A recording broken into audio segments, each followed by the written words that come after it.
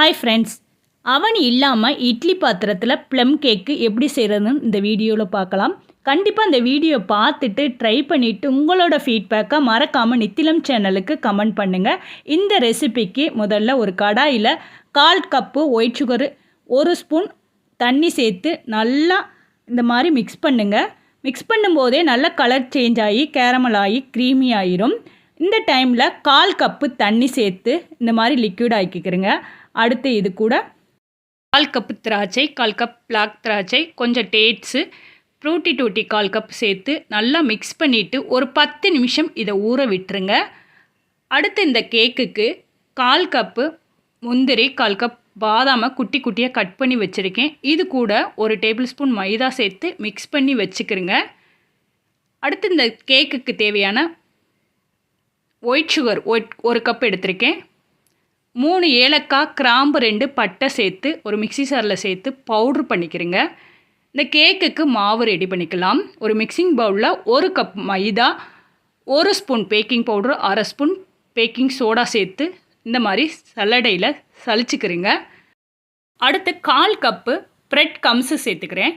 சேர்த்துட்டு பவுட்ரு பண்ண ஒயிட் சுகரையும் சேர்த்துக்கிறேங்க. சேர்த்துட்டு எல்லாத்தையுமே ஈவனாக மிக்ஸ் பண்ணிக்கிறேங்க. இந்த மாதிரி மிக்ஸ் பண்ணதுக்கப்புறம் 2 முட்டை இது கூட சேர்த்துக்கிறேன். முட்டை சப்போஸ் பிடிக்காதவங்க 1/2 கப்பு தயிர் சேர்த்துக்கிறேங்க. ரொம்பவும் புளிக்காத தயிராக சேர்த்துக்கிறேங்க. அடுத்து 2 டேபிள் ஸ்பூன் பட்டர் சேர்த்துட்டு நல்லா ஈவனாக மிக்ஸ் பண்ணிக்கிறேங்க. கரண்டியை வச்சு ஒரே பக்கமாக இந்த மாதிரி ஒரு 10 நிமிஷம் மிக்ஸ் பண்ணும்போது இந்த மாதிரி க்ரீமியாக சூப்பராக ரெடி ஆயிடும். வாசனைக்காக 1 ஸ்பூன் வெனிலா எசன்ஸ் சேர்த்துருக்கேன். ஊற வச்ச கிரேப்ஸ் எல்லாம் சேர்த்துக்கிறேங்க. மாவு கூட மிக்ஸ் பண்ண பாதாம் முந்திரியும் சேர்த்துக்கிறேங்க.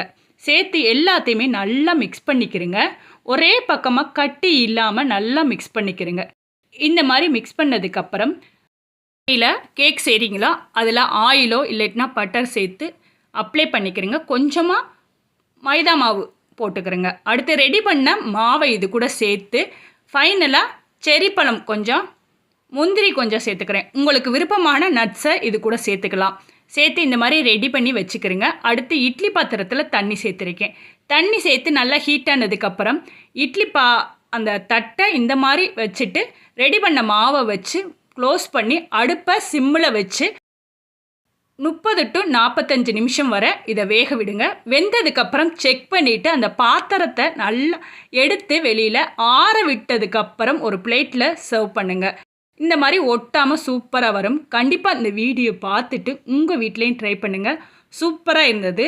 ட்ரை பண்ணிவிட்டு உங்களுக்கு எப்படி வந்ததுன்னு உங்களோட ஃபீட்பேக்கை நித்திலம் சேனலுக்கு மறக்காமல் கமெண்ட் பண்ணுங்கள். நித்திலம் சேனலுக்கு தொடர்ந்து சப்போர்ட் பண்ணுங்கள். இந்த வீடியோ பிடிச்சிருந்தால் லைக் கொடுங்க. உங்கள் ஃப்ரெண்ட்ஸுக்கு நான் ஷேர் பண்ணுங்கள். தேங்க்யூ ஃபார் வாட்சிங்.